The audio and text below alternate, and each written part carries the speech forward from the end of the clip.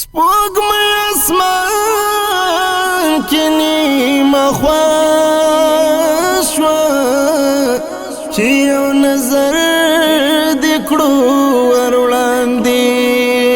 په بشریت کې سربلنده په کائناتو کې مختاره واړه دنیا دې له تازار وي یا مدنی خیر الابرارا واړه دنیا دل تازار وی یا مدنی خیر الابرارا په بشریت کې سربلنده په کائناتو کې مختاره واړه دنیا دل تازار وی یا مدنی خیر الابرارا واړه دنیا دل تازار وی یا مدنی خیر الابرارا دالات عزات چران سکور شو جانان استاد مخ اثر دی فولاد مټو دی ګټلې جانان بدر و خیبر دی فولاد مټو دی ګټلې جانان بدر و خیبر دی ایتر موسی جلال ذات ایتر یوسف حسن رخسارا ایتر موسی جلال ذات ایتر یوسف حسن رخسارا په بشریت کې سربلنده په کائناتو کې مختاره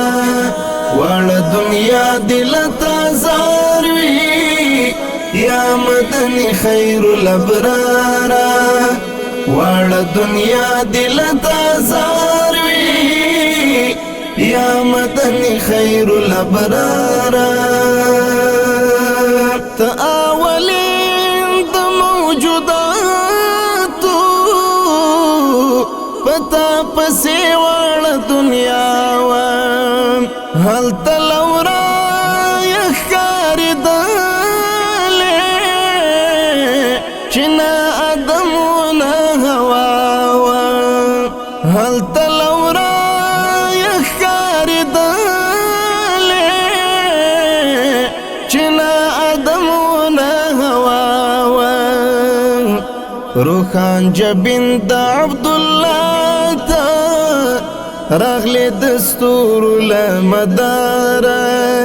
روخان جبین د عبدالله ته راغلی دستور لمداره په بشریت کې سربلنده په کائناتو کې مختاره واړه دنیا دل تازار وي یا مدنی خیر الابرارا واړه دنیا دل تازار وي یا مدنی خیر الابرارا په قومیت کې د تبریک دی دا چې مکه او مدنی په نسب زکه مبارک چې هاشمي او قریشي په نسب زکه مبارک چې هاشمي او قریشي پتارنا واړه دنیا شوه د حق افتاب جلوداره پتارنا واړه دنیا شوه د حق افتاب جلوداره په بشریت کې سربلنده په کائناتو کې مختاره واړه دنیا دل تازار وي یا مدنی خیر الابرارا واړه دنیا دل تازار وي یا مدنی خیر الابرارا سپوږمۍ اسمان کې نیمه خوا شوه چې یو نظر دې کړو ور وړاندې باندې یسرب حرم شو مدینه شو ستا د هجرت په قدم باندې یسرب حرم شو مدینه شو ستا د هجرت په قدم باندې پر باری رب دی ناس چلیږي لمر دی راستون کړی له مداره پر باری رب دی ناس چلیږي لمر دی راستون کړی له مداره په بشریت کې سر بلنده په کائناتو کې مختاره واړه دنیا دل تازار وي یا مدني خیر الابرار واړه دنیا دل تازار وي یا مدني خیر الابرار